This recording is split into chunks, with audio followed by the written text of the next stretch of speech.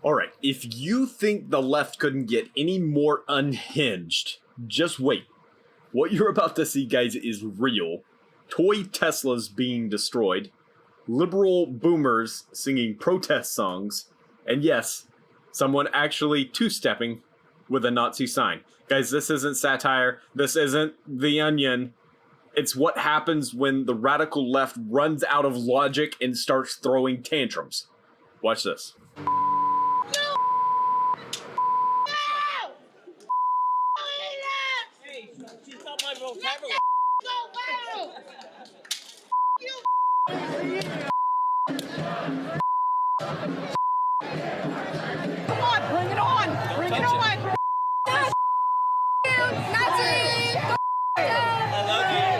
Elon Musk rocking a cheesehead as he drives the left crazy. Over 200 Tesla takedown protests erupting over the weekend, with liberals smashing toy Tesla cars, hurling Nazi accusations at every Cybertruck they could find, and others busting out a Tesla two-step outside the dealerships, getting down to the electric slide. While their comrades burned down the electric cars, Elon Musk is still shocked by all the hatred. Isn't it shocking how much violence and hatred is coming from the left? I mean, isn't it supposed to be the party that they claim to be the party of empathy, and yet they're burning Teslas and shooting up dealerships and calling for the death of the president and me? I'm like, guys, you know, this is insane. Like, they're gone psycho. It was inevitable that at least a few Soros operatives would be in the audience. Give my regards to George. Say hi to George from me. But who's actually got time to sing dopey protest songs outside a Tesla dealership? According to Business Insider, it's a bunch of liberal boomers who traded their tie-dye for NPR tote bags. Quote, I attended 2 Tesla takedown protests. One generation showed up more than others. I noticed that the crowds in Ann Arbor and Troy were primarily people over the age of 65, white and retired from jobs that depended on public funding as teachers, professors at local universities, and social workers. Jessica Tarlov, how many Teslas did you torch this weekend? Toys or big ones? Both. None. I am happier to see the smashing of a toy, though, rather than the real thing. So I think we're making violent progress in all of that. And senior citizens are always the most engaged. They vote the most and they turn out to protest the most. So none of this is really a surprise. What was a surprise, though, was hearing Elon Musk, who is in Wisconsin because he's trying to buy an election there for a Supreme Court seat. And he's saying, you know, we're the Soros operatives, but we're basically at Musk operative level.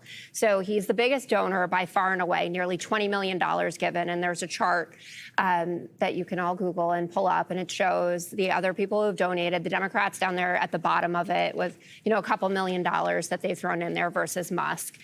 And what he's not telling people is that he's in the process of suing to overturn a Wisconsin law that prevents Tesla from operating and owning dealerships there in Wisconsin. They only allow third parties to be the ones that are operating them, not the auto manufacturers themselves. So it's about his own interest, which is the same thing as getting more of these government contracts. And everything that he's accusing the other side of doing, he's actually doing himself. And we're going in circles about this. The Republican National Committee, blind eye again to what Musk is doing. They were threatening to sue over a group that is handing out ice cream cones to college kids in support of Susan Crawford, who's the Democratic candidate. They said that was, quote unquote, election bribery. But Elon Musk handing over literal checks for $1 million is no big deal.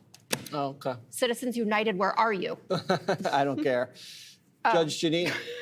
I got to tell you, I didn't know that there was something wrong with suing and using the courts and the process if you're prevented from selling a car in a particular area. I think that's the right way to handle it. I think to what buy the election, Democrats to buy the seat? to sue so that he can sell his car. That's what you were referencing. But this whole thing, I mean, it just goes to show how inauthentic they are. I mean, whether it's the singing or the protesting or this guy, the one guy guy here? He's dancing with a stick that has a swastika sign on it. So he's like two-stepping with a swastika sign. I mean, these people are idiots. But the thing that concerns me most is the silence on the part of the Democrats. To me, silence is acceptance. And the acceptance and the rare Democrat who will come out and say, I don't support this kind of thing, or the burning or torching or any of this incitement. It's too rare, but it's what the Democrats do. It's a party that's filled with hate. They don't use the courts. They instead, whether it was from the George Floyd riots to the occupation in 2020 in Seattle, Washington, to the Kenosha riots in Wisconsin, where over 100 businesses were destroyed, the attack on the federal courthouse, where it was a nightly riot at a federal courthouse, to Inauguration Day, where there was police vehicles and businesses set on fire, to Antifa attacks at Berkeley, riots at the Supreme Court after the Dobbs decision, the Atlanta Cop City. I could go on. I'm going to bore you. But this is who the Democrats are. They are haters. They use violence. They don't know how to use the courts in a way to protect their own rights. And it is disgusting. And the Molotov cocktails and everything they're doing is a violation of law in our institutions. And I hope that Miss Jasmine Crockett, I hope that she was happy with her day of action, because it didn't seem to come to much at all. Greg, were you surprised by the level of protests? Shocked? Did you not care? Well, I was out on Saturday. It was a beautiful day in Lower Manhattan. My family, my large family, we went out. We got breakfast. We walked through Soho with the dog and the baby. It was really nice. It was objectively serene. 6 blocks away, there was, I think, a protest at one of the Tesla dealerships, but I felt a million miles away. Because it makes me think, I like to get as close as I can to this human element, like what possesses people to fill up their lives with politics. And how can their resentment be so easily directed at a fresh cause? This is transient activism. It's 1 month it was against the police, then it's the Palestinians, then it's climate, now it's Tesla. The only thing you can do as a normal human being is kind of just gawk and just walk by. There's not a lot of these people, but I think the difference between the left and the right is that, I would say since the late 1960s, the cry was, we're making politics personal, that the things that you vote for are reflective of who you are. So no longer could Republicans and Democrats kind of hang out together, play golf together, work together. The left, instead of focusing their dislike for the policy, they focused their hate for the person who holds that policy or holds that vote. Therefore, if you're a Trump voter, I can hate you, I can chase you in a subway and take your hat. Imagine living like that. So if somebody doesn't completely agree with you, you hold resentment for everybody, and it could be easily targeted for anything. Someone once said, and I said this on Friday, you hate the sin and not the sinner, because the underlying belief is that we're all kind of basket cases. We all got problems, but you can see the problems. You can look at these people and you can go, this isn't about Tesla. This isn't about the climate. This isn't about the police. These people have underlying spiritual, family emptiness. And for them to just so easily fill up that hole with rage, with something, and as the judge said, it was whether it's the George Floyd riots or even like trans extremism, you can see that there is something definitely wrong with them. Someone wrote a book about that. What was the book called? Get It Together. Get It Together. Oh, but I read that book. Don't you find it interesting that once identity politics kind of like fizzled out, we now have a division by class? It's now a class warfare thing, but you also saw very few blacks in these protests. And I think because they learned from BLM that it was all BS, that they got burned once. So what you see, no matter the age, unwell, disheveled loners. We're crowdsourcing the unwell. We're using people who have nothing to lose for whatever purpose it is politically, and they just direct it at the latest target. Yep. Katie?